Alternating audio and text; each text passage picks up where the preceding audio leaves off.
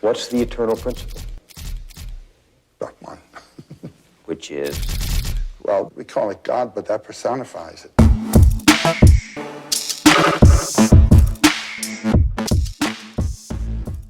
Party people, what is really good? This is episode 104 from the Grave Podcast, and we're stoked about it. We're stoked about it. Every single one. Even though most of the time, I don't want to show up. I don't want to do it. That's my worst attitude. I don't want to. Like a fucking 14-year-old kid. I don't want to clean my room. I don't want to go to work. I don't want to go to school. It's just my fucking thing, dude. It's just my fucking thing. Whatever, dude. What's my motivation here? All right.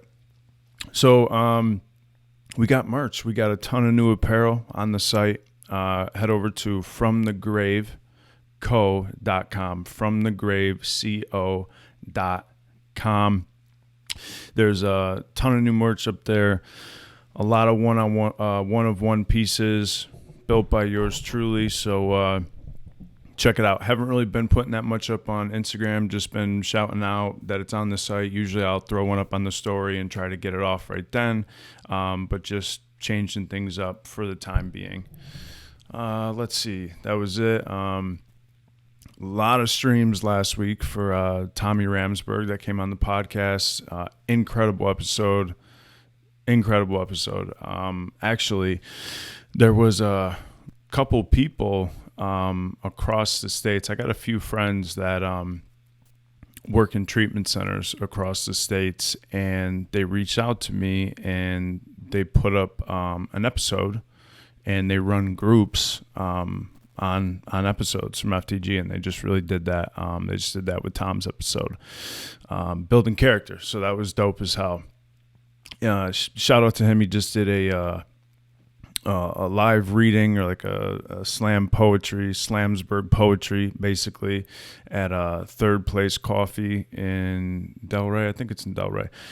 I didn't get to go because me and Benny went to Jay Shetty. So that was pretty dope. We went last night. I'm not a big Jay Shetty guy, right? Because I'm judgmental. All right? If you say you're not judgmental, you're a liar. You're lying to yourself. And I don't know, maybe I'm wrong.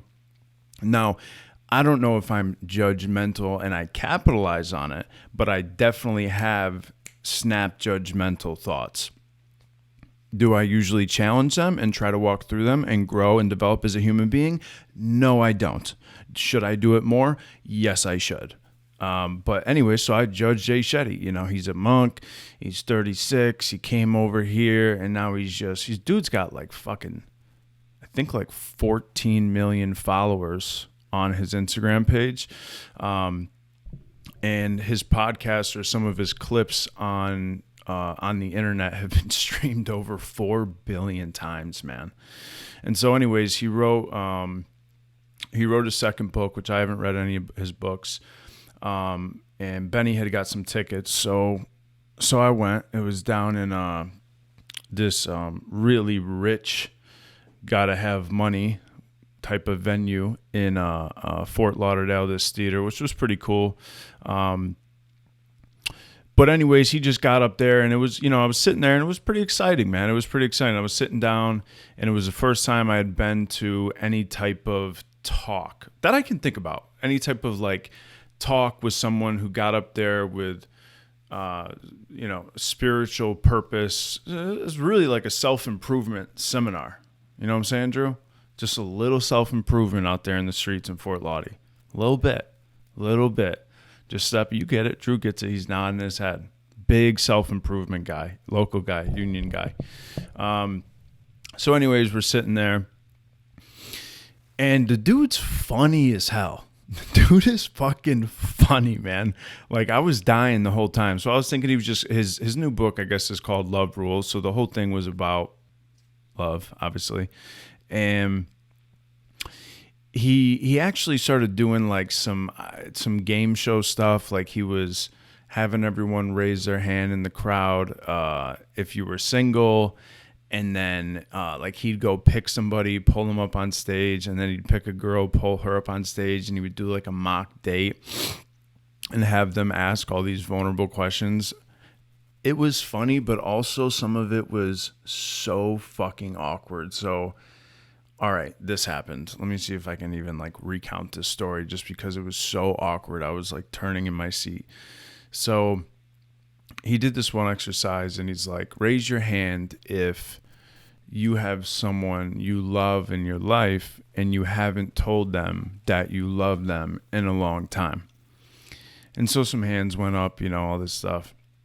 And I'm up on the mezzanine. We're up on that second tier and we're enjoying it. The seats were amazing, right? But you're raising your hand and then he just never looks up. He's like, all right. And then he goes into the bottom crowd. So it was like kind of hard to like make you want to continue to participate. Like, oh yeah, cool. Yeah, no, I'm gonna raise my hand. Oh, super sick, dude. Like, glad you're going down there. I'll just go fuck myself, right? So anyways, he calls this woman up on stage and she's like, it's my husband that I haven't told that I love him in a long time. And we've just been in this rough patch. She was probably like mid 40s, maybe. I don't know. So then he takes her up on stage and he's talking to her about the relationship and what they've been going through. And, she's getting real vulnerable and all that. And he's like, I want to ask you to do something right now. And you knew it was coming. He's like, I want you to call him right now and tell him, that you love him. And I turned to Ben. I'm like, this could go really fucking bad. Like, if this isn't staged, what happens if they're really in some shit and the dude answers the phone like, what the fuck do you want? Right? And he asked her to put it on speaker. He's got the mic right there. So the phone's ringing, dude. I'm like, it's like a fucking cliffhanger, dude. So I'm just like, dude, I'm like turning in my seat because I know how bad this shit could go. And he answers the phone and he's just like, dude, he answers the phone. He's just like, yeah, like just doesn't give a shit. You could just hear it in his voice. He didn't said one word, yeah. And she's like, hey. She didn't even go into like, I just want to let you know I love you. It was mad. She was like, you fixed my tire the other day and you just do so much for the family. And just when you step up and I know you're like really trying hard to perform. I don't mean to be laughing at the girl. It was just really awkward. I'm not laughing at her. So she goes into the story. She's like, you just do a lot for the family. And, I just want to let you know I love you. And she's getting a little teary-eyed and her voice is cracking a little bit. Oh, dude, it was the worst. What does the dude say? He goes, all right. All right. She's pouring her heart out up on stage, right? I just want to let you know I love you. And she stops. Pause, silence, and he goes, all right. Doesn't say it back. Oh my God, dude. I had both fucking hands like this on my face. I'm looking down in my seat. It was so awkward. I felt so bad for her. She didn't really seem to give a shit, It was kind of the relationships obviously on rocks. But I mean, they've been married for 31 years, right? So anyways, he goes, all right. And he goes, yeah, you're right. I do a lot. Dude, I felt so fucking bad, man. I felt so bad. So anyways, then Jay's like, just to kind of like lessen the blow, they hang up. He's like, the husband's like, you still at the thing? All right. How long is it going to take? When do you think you're going to be home? So awkward. So they hung up and then she kind of like, diverted. And Jay was like, I'm really, proud of you for being vulnerable and all this stuff. And then she put her leg up in the air, held her leg up in the air in a yoga pose and took a picture with him. So don't think she was that hurt, dude. Don't think she was that worried about it. So that was kind of what was going on with the Jay Shetty thing. He took us to actually like a real cool meditation, got centered in our hearts and, poured out love to people we know and we love, and started with like immediate family to people we haven't seen or talked to in a long time. and then strangers. It was cool. It was a good experience. I'm not talking shit on it. He had like this kind of game show vibe. It was really based on like couples. And one of the parts I really loved in the beginning was he was talking about how the rapture of love comes when we devote ourselves to solitude. And the biggest mistake in the world is trying to retrieve love from you. Because if I need you to love me to be okay, then I'm really in bondage. I'm a slave to what you think of me. So, and this is like a lot of misconceptions, and it's like this approval, right? I know you love me because. But if I go into a relationship already good, already loving myself, not needing you, and we end up spending time together and we just promote each other or are in service to one another or help animate each other's love, then it's good. It's good. And I'm not saying that I know how to do all this shit, but when he was talking about solitude, it really hit, because that's honestly what my life is about and has been about these last few years, is absolute solitude. Like, I'm good by myself, right? And is that a trauma response? Probably. Ultimate radical independence? Yeah, 100%. Do I care? Probably not. Not really. Probably not at all. Really, at all. Will I dress it up as far as spiritual independence? Absolutely. So let me continue to suffer in silence. We're getting well over here. No, we're not. No, we're not. So he's talking about this solitude, and when you can make a commitment to sit with yourself, that's how you know you're starting to transcend or just grow in a way that you haven't before. They did some study where they're like, they gave people, scientists, psychology studies, whatever, I don't know. They gave it was like 2,000 people. You could either sit by yourself with your own thoughts for 10 minutes or get shocked. 64% of men shocked. 30% of women chose the shock. I mean, to think about that, dude, that this complete aversion to just sitting with yourself. That's why COVID took a lot of people out, a lot of relapses, a lot of people ended up in treatment because of COVID. Because when you take all the distractions, all the responsibilities that I have in my life that require me to go outside my door and get involved with life and that I have to show up for, when all that stuff gets pulled away from me and I'm left with just me and my own thoughts facing myself, dude, an alcoholic and an addict will destroy themselves. They can't bear it if they're not spiritually fit. And then also we go to just, whatever we call them, normies, people who don't destroy themselves through drug and alcohol. Based on this study, they can't bear it just the same. So it's like, you got to get involved with your thought life, because you can either run, you can either turn tail and run, or face yourself and get help. And it's like, it's interesting because all my pain, all my problems reside within me. And we try to run from them. I tried to run from it for years. I turned tail. I just bounced. But the thing is, I can't run from something that's inside of me. And it's like all my problems aren't outside in the street. They're right here within me. And I know God isn't right out there in the street. He's also within me. So in running from my problems, running from my anxieties, doing everything I can not to sit with myself, I run from the only thing that's going to save myself, and that is God. So it's just all this paradox. It's like that adage, God hid himself in the heart of man. He'll never look for himself there type thing. And, and it's not like it's a pretty process to look at yourself. And that's why I love recovery. It's like people come in and they're like, I'm willing to do anything. I want to change my life. And all recovery is, or the 12 steps, or whatever the hell you want to call it, all it does is point back at, we're like, oh, okay, you want to change your life and really do something different. And then they just point back at you. They don't say, oh, okay, we're going to help you. Like, let's go get involved in your life and clean it all up. No, they don't. They go straight back into the person. And when we get into this radical process of like taking inventory of yourself, right?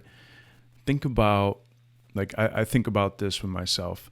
There were things in my life, insecurities or whatever, that it was so hard for me. I couldn't even strike the ink from the pen to the page. I couldn't even fucking write it down. Think about the power of that.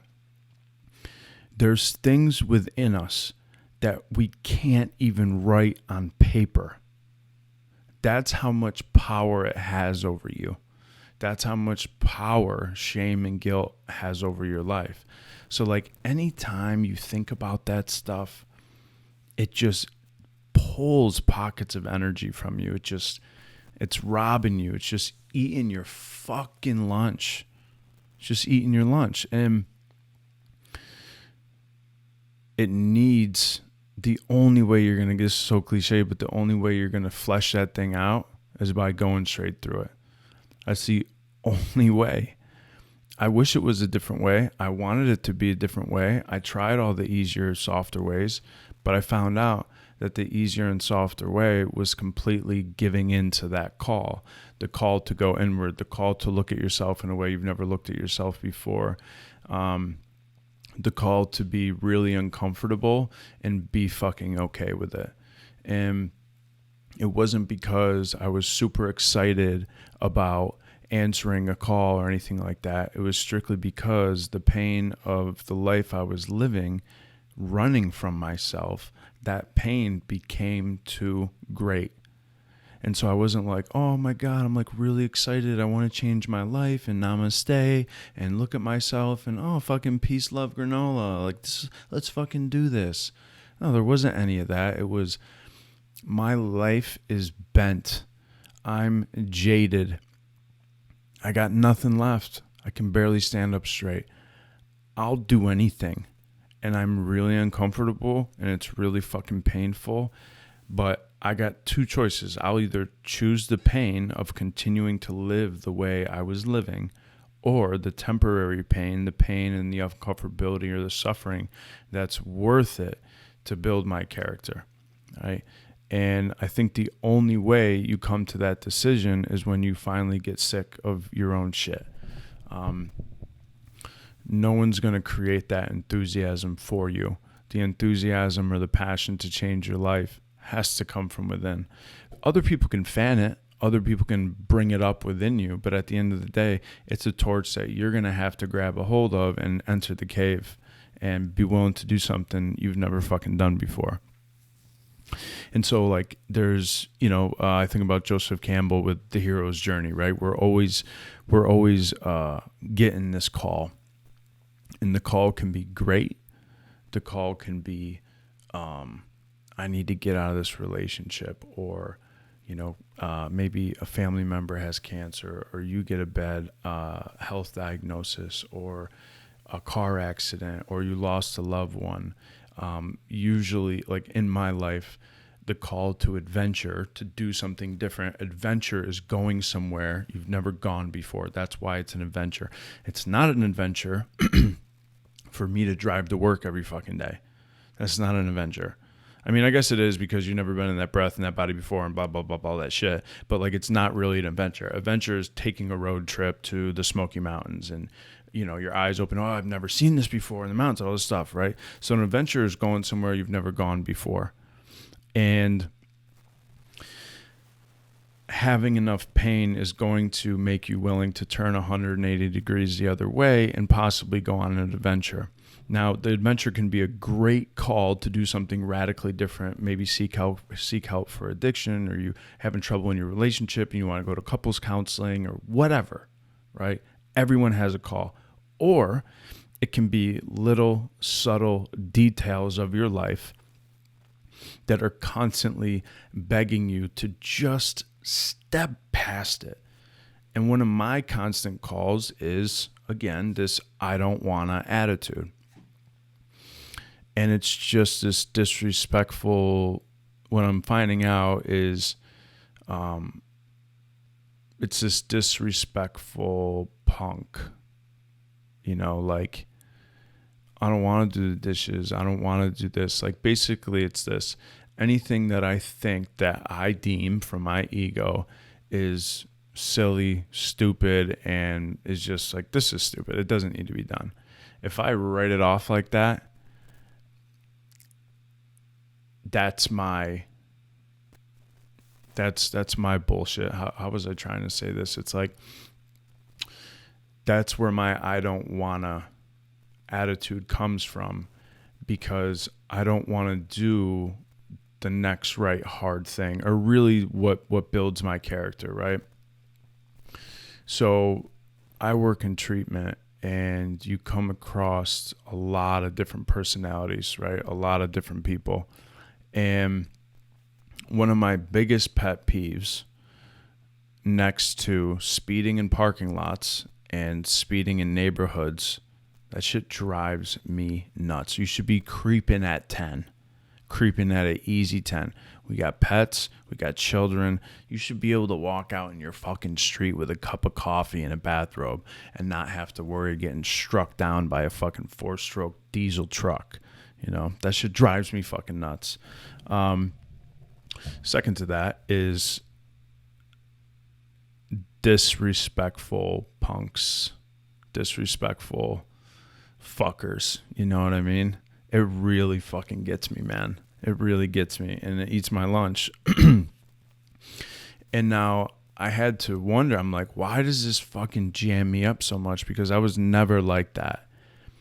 To that degree. Like, I would always had my manners. I would never talk shit to my mom. Like, some of my buddies would tell their mom off, say the F word, this and that, and I'd be like, you're fucking crazy. You are crazy. I would never talk to my mother like that. But disrespect is disrespect. Disdain is disdain. So it's all on a level.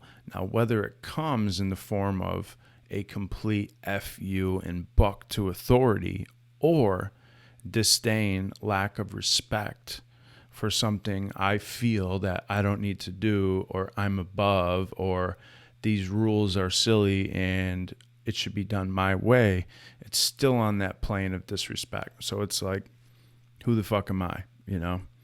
And this is what I've been learning, man. This is what I've been learning, and it's a hard pill to swallow. But I do know that whenever I get jammed up like that and something's eating my lunch, it's because I'm seeing something within me that I really don't fucking like.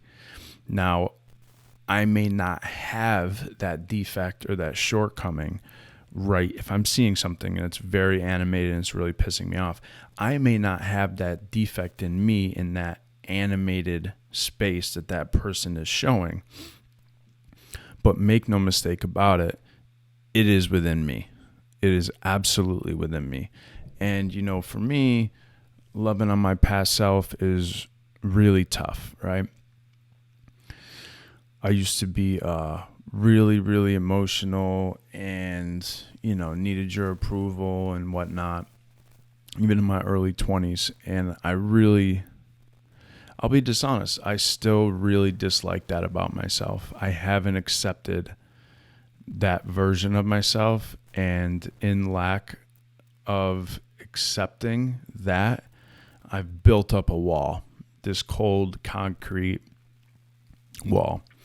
So anytime someone's in my life and they're like needy and seeking approval or whatever, I'm like, get the fuck away from me. You know, and that's just me being honest, man. And that's just me being honest. And I try to work on that. You know, I really try to work on that. But it's fucking hard, dude. And I went on a retreat a couple weekends ago with the homie Ben, and it's called The Walk to Emmaus, which is taken from scripture. After everything that had happened, Christ being crucified, suffered, died, was buried, and then the stone was rolled away, and he had resurrected. There was these two disciples. One's name was Cleopas, which wasn't mentioned a lot in the New Testament, but he's mentioned here, and the other disciple is nameless. And so they're walking on the road to Emmaus, which was a village, and they were on a 7-mile walk. And the scripture goes on to say Christ showed up and was walking next to them. He didn't reveal himself as the Christ, right? He was just walking with them, and he's like, hey, what are you guys talking about? And they're like, have you not heard what the hell is going on? I mean, that would be like somebody like 9/11, right? That would be like somebody in November walking on the street and someone's talking about 9/11 and me being like, what are you guys talking about? And they're like, are you fucking kidding me, dude? Don't you live in New York? Have you not heard and seen what has happened? So they talked for a little bit, and then Christ went away from them, and then they arrived at Emmaus. Christ showed up in the house that they were staying, revealed himself to them, and they broke bread, and they were like, oh man, like, weren't our hearts burning when we were on the road? Like, we knew there was something going on there. Anyways, this is the scripture that is taken for this retreat, this walk to Emmaus. And it was a men's retreat. There was like 25 people. Now, it's important to know I had no fucking clue what I was going into. I had zero fucking clue. Ben was like, hey, my homie Jay invited me on this retreat. You want to go with me? And I just finished reading The Surrender Experiment by Michael Singer. And I'm like, well, I guess I gotta fucking surrender to whatever's asked of me and come to my doorstep. So me being an idiot, well, I'm not really an idiot. I said yes. I was just like, whatever, dude, let me say yes. And the closer I get to it, I'm like, I don't want to fucking, I don't want to. I'm like, I don't want to go to this retreat, man. I just want to chill for the weekend. I've been working my ass off all week. It's down in Miami. We got to drive fucking an hour and a half to get down there in traffic. So whatever, we're asking, like, where are we staying? Am I sleeping in a tent? Am I sleeping in a dorm? Do I got a roommate? What are we going to be doing all day? What's it focused on? Wouldn't tell us anything. Wouldn't tell us fucking anything, dude. And I'm like, oh, sick. So I'm going to a cult and we're going to be drinking blood out of a skull.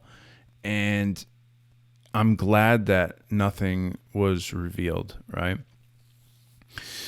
Which I can't do it a disservice by telling you specifics, but I will tell you that it was unexpected. There was some unexpected healing that came from it, and in my ego, in my judgment, when I got there, I was kind of like thought I figured it out. I'm like, oh, this is what the retreat is. This is gonna be good. I can do this for like a weekend, And it snuck up on me, man. It snuck up on me, and I wasn't really, I just wasn't expecting it. And all the men who have gone, they do it every 6 months. If you're interested in it, hit me up on Instagram. They do this retreat. It's just a weekend. They do it every 6 months, and the people who did the retreat prior show up and serve, right? And they're there for you all week and to help with like the food and what's going on and all this stuff. So you're surrounded by this brotherhood of men who have gone to this retreat and had powerful experiences. And so they're there like just all about orchestrating in the most beautiful, positive way you having an experience there. And that was probably like one of the most powerful parts about it is everyone was like there in absolute love, and they all had this fucking grin on their face like they knew something, and it kind of pissed me off, to be honest. They were all smirking. I'm like, these guys fucking know something. There's something going on here. And they were grinning for a reason, man, because they knew they knew they know the power of God. And when you show up like that, with that intent to go surrender yourself to a weekend just to get closer to God, there's power there, period, end of fucking statement, right? So it ended up not being a cult, and some really beautiful healing came from it, man. And I realized that I'm not like this cold guy. At least I don't think, right? I hope I'm not like this cold, like fuck you kind of guy. But I definitely have some, concrete wall type of stuff within me where I don't let you get too close, and I'm working on that, because I want to have an open heart. I want to be kind. I want to be approachable. I want to be gentle. And it's a battle, and it takes daily work. It takes daily work. So anyways, I'm doing my best, right? And again, that's like the whole thing. Like, I can either run from that and just accept the fact that this is the way I'm built, or take healing and take responsibility for my own life and say, do I want to walk around with a closed heart and get the results from life as a closed heart would get? Or do I want to walk into the unknown, take an adventure, start to love on my past self, and see what an open heart has? I don't want to walk around with my hands closed. Let me tell you what, man, this weekend, or during the retreat, I cried for 40 minutes straight. That's no cap on that. All right. No cap. I cried for 40 minutes straight, man. It wasn't a sad cry. The last time I cried like that was probably 3-4 months ago. I was working with a client that had been through a lot of pain growing up, evil shit, and I just broke down, dude. I just my heart just snapped like a twig, to think that kids grow up in this environment, It was some of the most painful shit I've ever looked at in my life, and this guy is writing it on paper, trying to get free of it. And I went home that night and cried in my driveway for probably 30 minutes, broke my fucking heart. So anyways, I'm on this retreat, and this beautiful moment happened, and I fucking cried for 40 minutes, man. 40 minutes, and it was a straight up ugly cry too. It wasn't like, oh fucking I'm so happy and joyful. It was like hurting, like tissues, the whole nine, but it felt so fucking good, man. I woke up that next morning and I was clean, man. I was light. I woke up and felt clean when I didn't realize that there was some cleaning that needed to be done, And I want to keep seeking that. I don't want to turn away from shit like that. Like, that's the man that I want to be, That's the man that I want to be. I just want to I want to grow. And then I've learned that in doing things like this and seeking and trying and not running away, that you start to get refined like silver. And without even trying, you will be placed in a position to help other people where if you didn't go through certain experiences, you wouldn't have been able to have them in your life and help them. And they in turn end up helping you, So I'm just, when you accept what is in front of you and you start to say yes to life, and you don't listen to the mind that says, I don't wanna do this, like how I usually feel sometimes with FTG.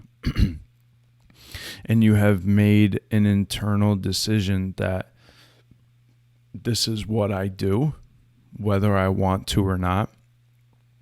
I feel the feelings and I perform action anyways. I feel the feelings and I go out and perform action anyways. And when you make a decision that this is just what I do, it makes taking that action easier because you've no longer given yourself an out. It's like the gym, right? If you don't give yourself an out, like if you don't ask, am I going to go to the gym today?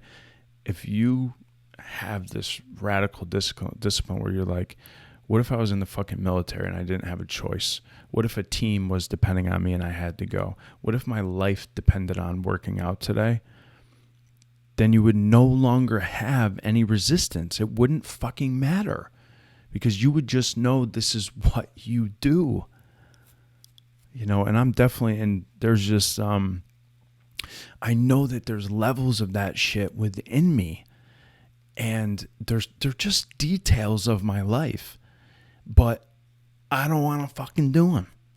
I don't want to do them. I don't want to be responsible in this area. I don't want to adult here. I don't want to have to deal with shit that's not exciting to me, you know? And maybe that's just, whatever. I know I'm not going to be perfect, but... And you know what's interesting is the more I avoid it, the more it sits right there on my fucking shoulder and eats my lunch.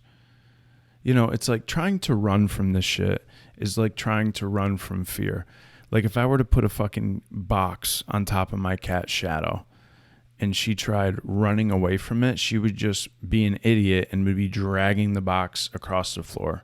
You can't run from that. When fear's in the room and it's eating your lunch, and you're just like, I'm good with the rest of this room. I got, you know, fear's got 40% of my room. I'm good with 60. I really don't need all this. You can have that corner. Just eat my lunch. You're just doing yourself a disservice. You ain't running from that. If you don't face that shit and grab your lunch back, it's just going to continue to eat your ass up. So for me, it's been about doing the next right hard thing and walking into uncomfortability. And the uncomfortability is that voice, I don't want to do this, but then I do it anyways, right? So it's like, if I continue to wait to feel like doing things, I'm going to wait a long time. And if I waited, like FTG wouldn't be what it is today if I listened to that. If I just listen to the preference mind, I want to do this, I don't want to do this, I don't want to do that, I want to do this. And it's like, how long am I going to let that shit bend me into somebody that I don't want to be? Because my whole thing had been just worshiping my feelings my whole life. I just worship how I feel. One of the things meditation has taught me is that life is waiting for me, number one. The goal is to get involved with it. So my job is to commit myself to some type of spiritual practice when I can grow and just become the man that I want to be. So I rest in the morning, right? And then in the afternoon, I drop into my meditation 20, 30 minutes, and then I go out and perform action. I go out and get involved with the world and give myself to it completely. Because we've saturated ourselves in this new state. There's no, I just want to sit inside and bliss out and meditate all day. That's doing the same voice. I don't wanna. So we almost get a chance to like see what spiritual practice is doing for us by like taking out into the world, seeing it, like getting a new shirt. I'm going to wear this shirt today. Let's see if maybe people will like it, you know? So you're kind of like trying it on for size. And so anyways, all this stuff that I'm talking about, I guess, is money in the bank. You know, it's never going to be taken from you. So what I'm learning, I guess, as I stumble forward through this thing called life is that I'm proud of myself and I like it when I try hard. I'm proud of myself when I actually try hard. When I do the things that I don't want to do and I do them anyways, I'm proud of myself. But then I got a good forgetter, I'll forget that I was proud of myself for doing that. But there have been certain things in my life that I've overcome that level of the I don't want to voice. And it's become so habitual now that I don't even have the I don't want to voice in that area of my life.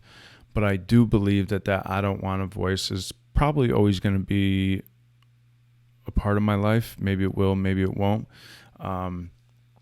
So the goal for me right now is letting it say that and performing action anyways. And I'm not good at it. I'm not good at it most of the time. I'll get like a good stretch, maybe like a 2-week stretch, and then 30 days of being an asshole, and then like another 2-week stretch, and then so whatever. It's all a daily process. Anyways, thank you guys for listening. As always, your support means the absolute world. Let's see what we got going. I got a couple cool guests coming up that I'm really excited to have on and get into a good conversation with them. Subscribe to YouTube, check it out. Let me know if you like it. If you like this podcast, send it to a friend, man, or just take a screenshot, share it on Instagram, tag me. Any support, any listen, any share, it means the absolute world. Check out the website if you want any new gear. FromTheGraveCo.com, FromTheGraveCo.com, and yeah, that's it, man. Episode 104. It's a wrap. Thank you, guys.